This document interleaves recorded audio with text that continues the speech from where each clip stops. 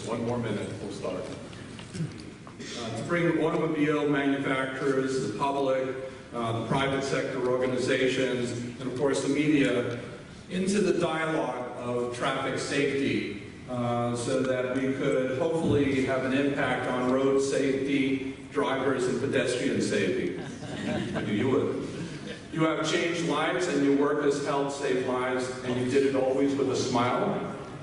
This is only going to get worse for you, Tom. With the belief in what you do and your willingness to help others in getting the job done, there are very, very, very few people that can say that. Congratulations, Tom. This job, really, if I had to pick the job, this is the dream job. It's the one thing I love, and doing this symposium every year has been one of the highlights of my career. Yeah. From Times Square to here, just so you know, with all the potholes, Ryan, and the cab drivers.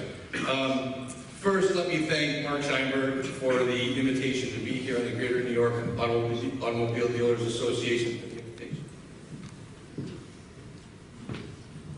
Good morning. Good morning. So I am here just to welcome you all on behalf of our mayor, Mayor Bill de Blasio, and our DOT commissioner. Thanks, Tom. Very generous introduction, and the embarrassment is not over. So, Mark, where did you sit down? I really want to thank you so much for acknowledging Tom. And the number nobody actually gave you yet is he has contributed 38 years to federal service. And it's not about the service part, it's about the contribution to safety in all those years. I always get frustrated when you drive down the roadway and the light changes green and you're looking ahead and the next signal changes to red. Why can't we have an interactive system where the signals recognize that vehicles are approaching and address that, and consider that action and switch accordingly. Heard it already, and if you're like us, and you've already committed it to memory that 32,719 people lost their lives in traffic crashes in 2013. And he went on to say that all are preventable. Now, we could prevent them in many ways. We could prevent them by designing safer roads. We could prevent them. I'm talking about really the conceptual approach that we're taking to traffic safety, and in this case, driver safety. And then under that approach, I'm going to cover some of the 40s that we refer to as, we refer to the 40s, but that's drunk driving, drugs driving, distracted, and drowsy driving. By the way, I shouldn't be doing that. So that really does help. And there's a lot of research that's been going on in the impaired driving area, and drunk driving area. One of the more exciting pieces that's happening over the last, and really maybe the issue. We also know that the prevalence of at least marijuana impaired driving or marijuana using drivers, is increasing.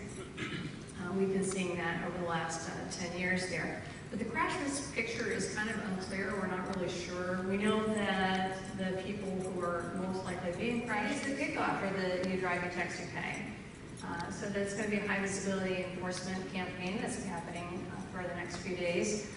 Really trying to make sure, and I caught the train at 4:55 or something like that this morning to come up here.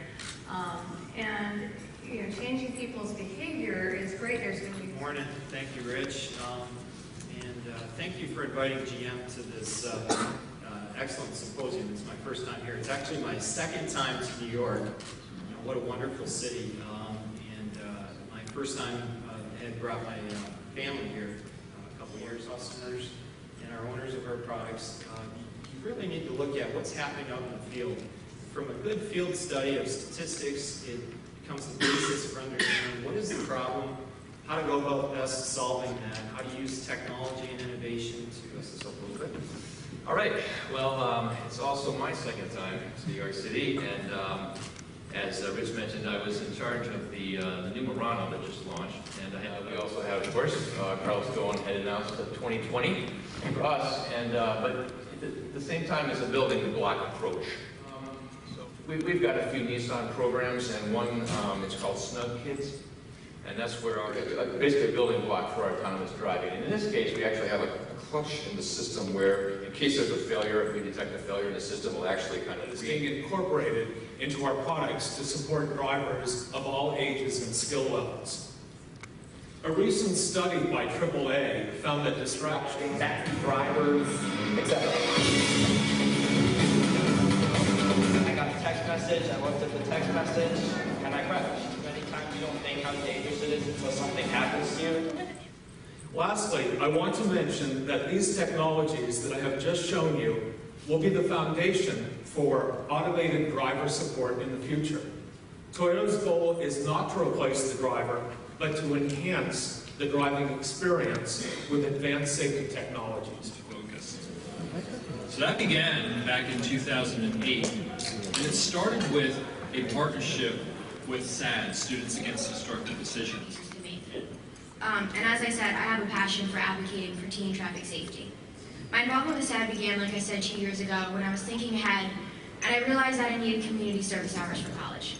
And while it is true that the designs have traditionally focused on enhancing vehicles or roadways, so many of the designs have also been geared at dramatically impacting driver performance, very much in line with our theme today. I'm very excited to be here to introduce my design.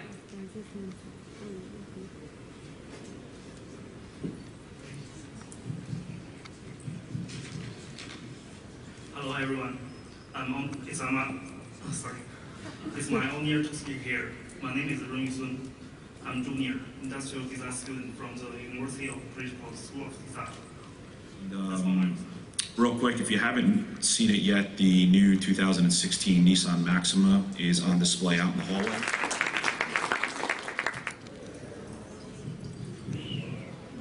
Thank you so much. We're excited to accept this honor.